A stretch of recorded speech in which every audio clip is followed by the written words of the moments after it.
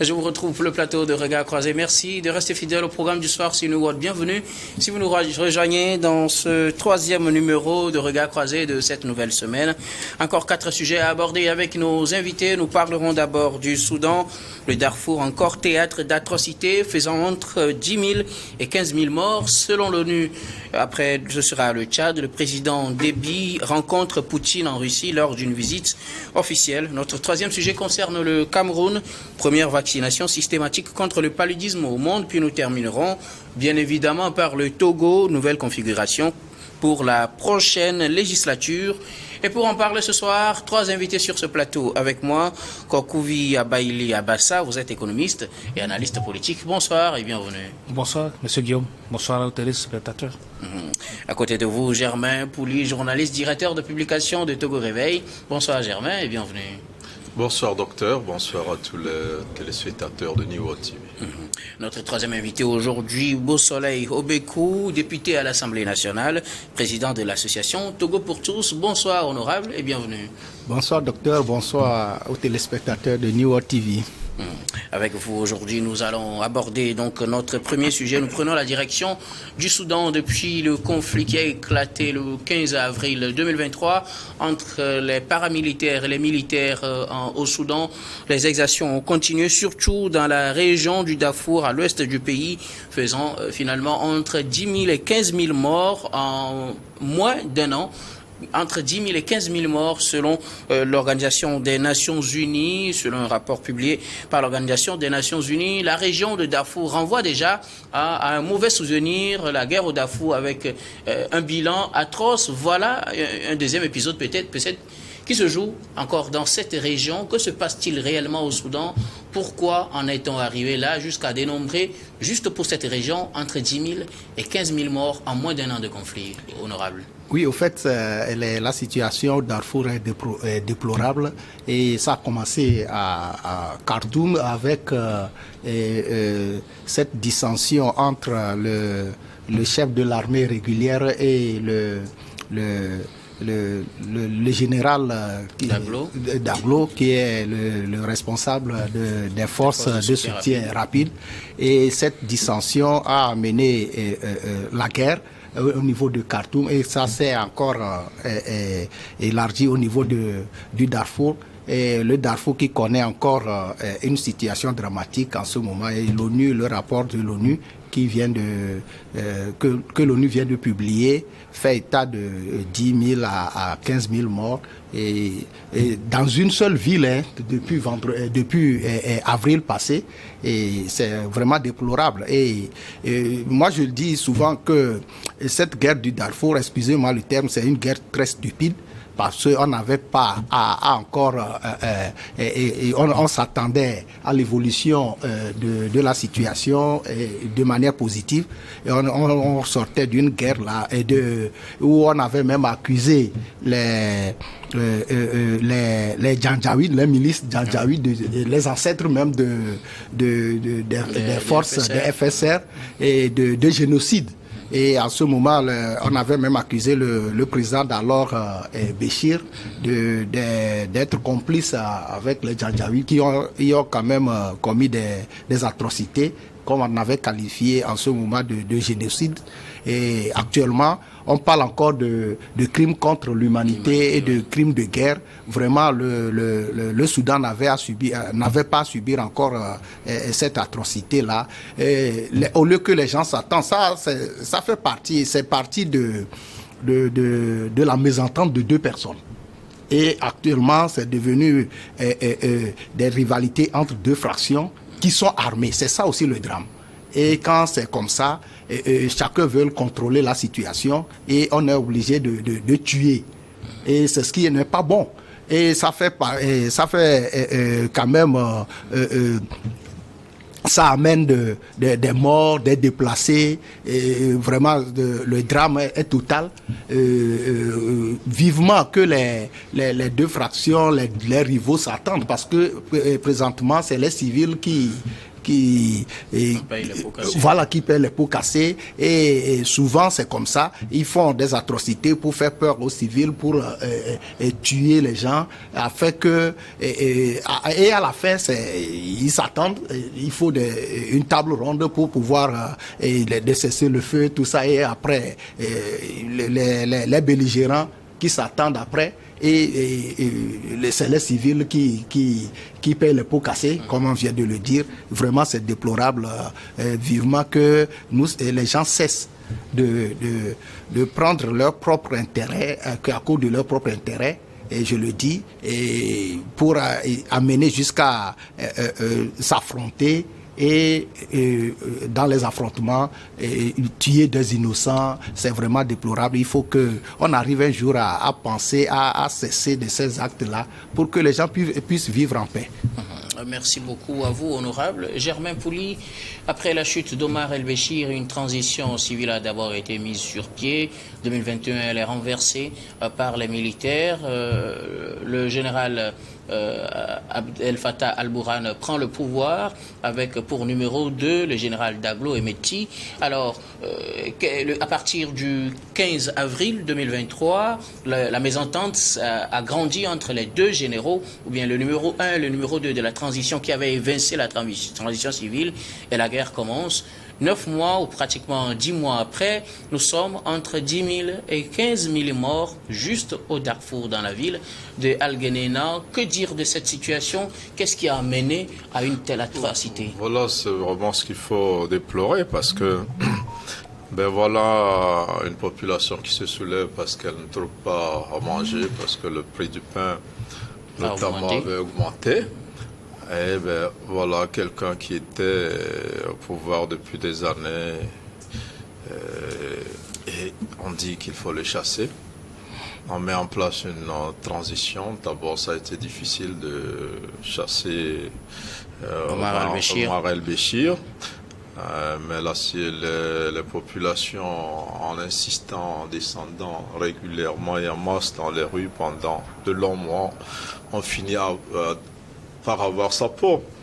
Et voilà une transition qui s'ouvrait, qui a connu toutes les difficultés, avec finalement un Premier ministre civil qui est dégagé par les militaires, qui reprennent le contrôle et qui instaure aujourd'hui une situation beaucoup plus catastrophique que celle-là même qui avait amené à chasser Omar El-Béchir. Donc voilà, aujourd'hui c'est un pays totalement délabré, c'est un pays détruit, c'est la bataille partout qui s'est étendue hors de Khartoum et aujourd'hui qui revient rappeler, vous l'avez dit, les vieux démons donc de cette guerre-là au Darfour, avec aujourd'hui les forces spéciales qui sont, on le disait, une source de survivance de Janjaweed, et qui sont soutenus aussi par des milices arabes. Donc dans ces exactions-là, des femmes, des enfants sont tués. UNG d'ailleurs, dont les chiffres ont été repris par les Nations Unies, parle de 13 000 personnes tuées dans des situations qualifiées aujourd'hui de crimes contre l'humanité. C'est un peu triste parce que derrière tout ça, il y a ces grandes puissances qui ont tenté à plusieurs reprises d'obtenir la cessation des hostilités, d'obtenir par moments des trêves humanitaires qui ont été sporadiquement respectées. Et aujourd'hui, on est dans une situation où, malgré l'embargo sur les armes, on se demande encore comment ces deux camps-là font pour continuer la guerre et pour commettre toutes ces exactions-là, ces atrocités sur les civils. Ce rapport, d'ailleurs, qui parle de 13 000 morts, cite certains pays. On cite un peu les Émirats Arabes Unis comme étant aujourd'hui le soutien de FSR. De ces paramilitaires-là, qui leur permettrait, on le met au conditionnel, donc de s'armer malgré l'embargo, et donc qui leur fournirait ces armes-là, ce que les Émirats ont démenti. Mais reste que la réalité est là. Ces paramilitaires ne sont pas sur le point de perdre la guerre ou d'être désarmés et ils s'occupent donc cette partie-là du pays et ça rappelle donc les tristes souvenirs des exactions sur les populations non arabes donc de cette zone-là et 10 à 15 000 personnes tuées en si peu de temps. Il faut que la communauté internationale intervienne.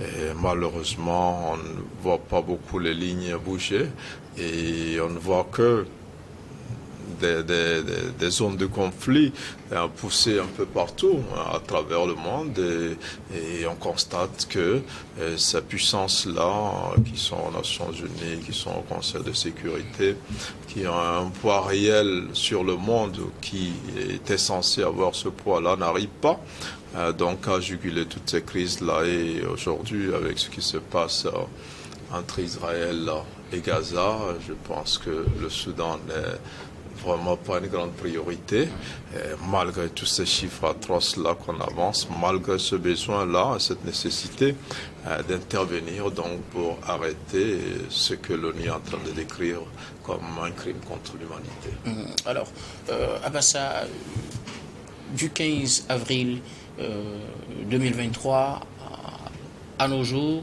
disons fin 2023, nous sommes à plus de 10 000 morts juste dans la région du Darfour et pas toute la région, dans ces conflits qui opposent les paramilitaires, ces puissants paramilitaires qui entre-temps avaient aidé le régime, comme le disait l'honorable, le régime d'Omar el-Béchir a réprimé la population donc justement dans cette zone.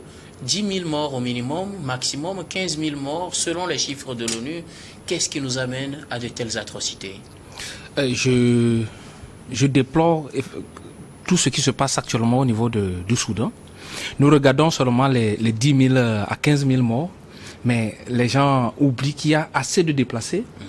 C'est beaucoup des écoles qui sont fermées. C'est des millions de déplacés. Ou des millions de déplacés, plus de 7 millions de déplacés.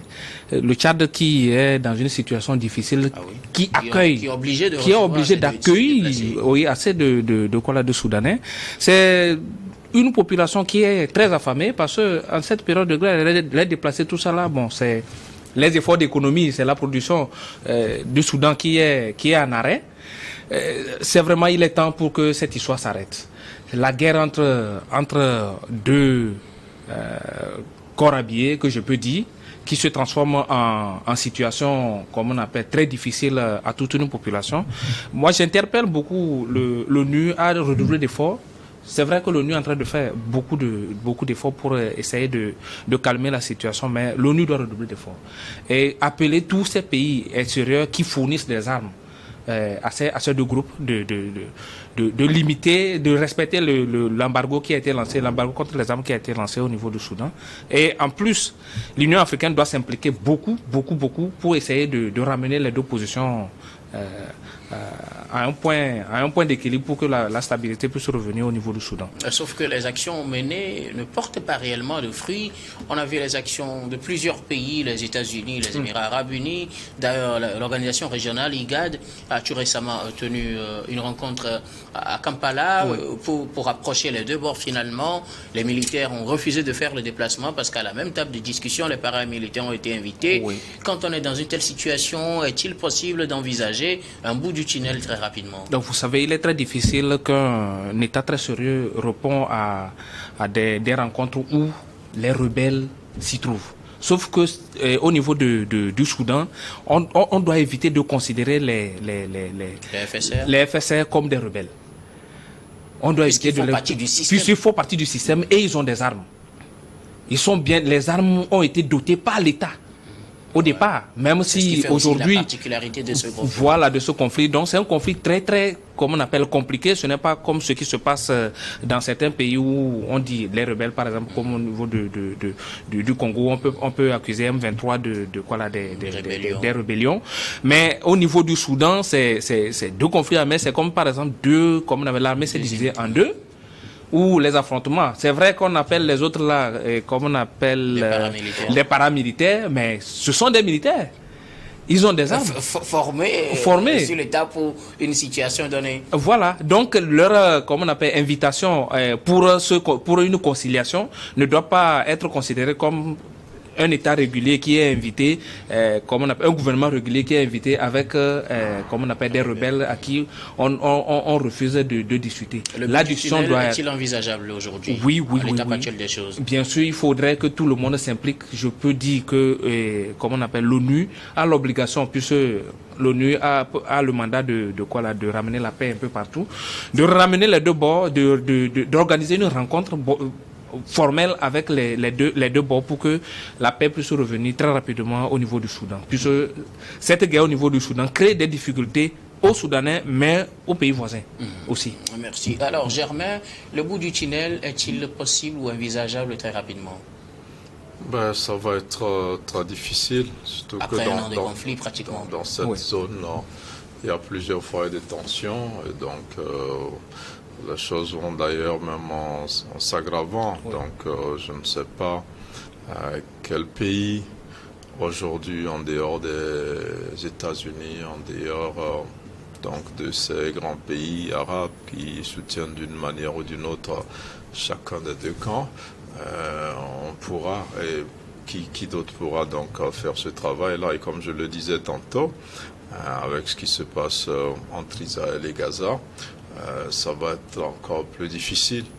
Donc le Soudan soit une priorité, puisque ça fait déjà des mois. Aujourd'hui, c'est vrai qu'on parle des civils, on ne parle pas des deux camps qui s'affrontent, mais ces deux camps ont toujours pris en tenaille des civils, au point où on a dû négocier plusieurs fois des couloirs humanitaires. Donc je pense que ça va continuer jusqu'à peut-être l'affaiblissement d'un camp, où on va assister même vers la scission donc du pays avec des zones contrôlées donc par chaque camp, et ça va prendre beaucoup de temps.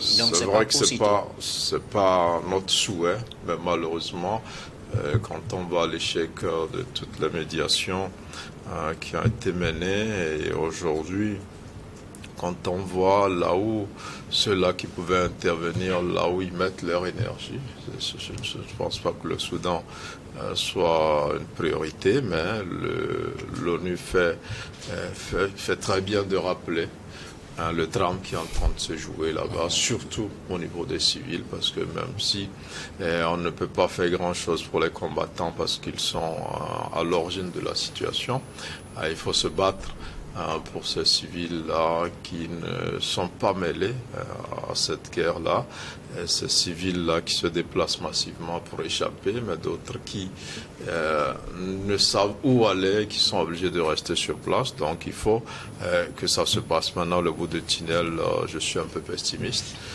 mais on ne sait jamais. Peut-être que la Providence va jouer et que ces grands pays-là trouveront une solution qui va s'imposer à ces deux camps-là. Merci beaucoup à vous. Nous allons marquer la première pause, puis on revient juste après pour la suite de cette émission.